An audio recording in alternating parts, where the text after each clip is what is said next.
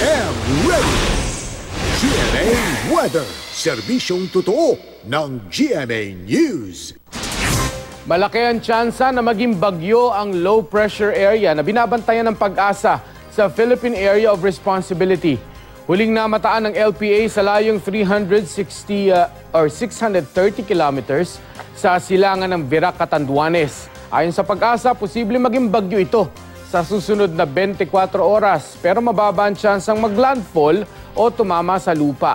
Bukas asahang mas magiging maulan sa Luzon dahil sa pinaigting ang habagat ng naturang LPA at isang bagyo sa labas ng PAR.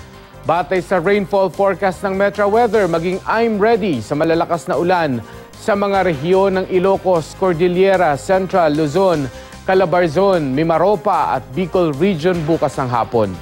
Apektado rin ng hanggang katamtamang ulan ang western at eastern section ng Visayas. Asahan na mas magiging maaliwalas ang panahon buong araw sa Mindanao. Sa Metro Manila, magiging maulap bukas at mataas ang tsansa ng ulan. Yan ang latest mula sa GMA Weather. Magplano para sigurado. I'm ready. Serbisyong totoo ng GMA News.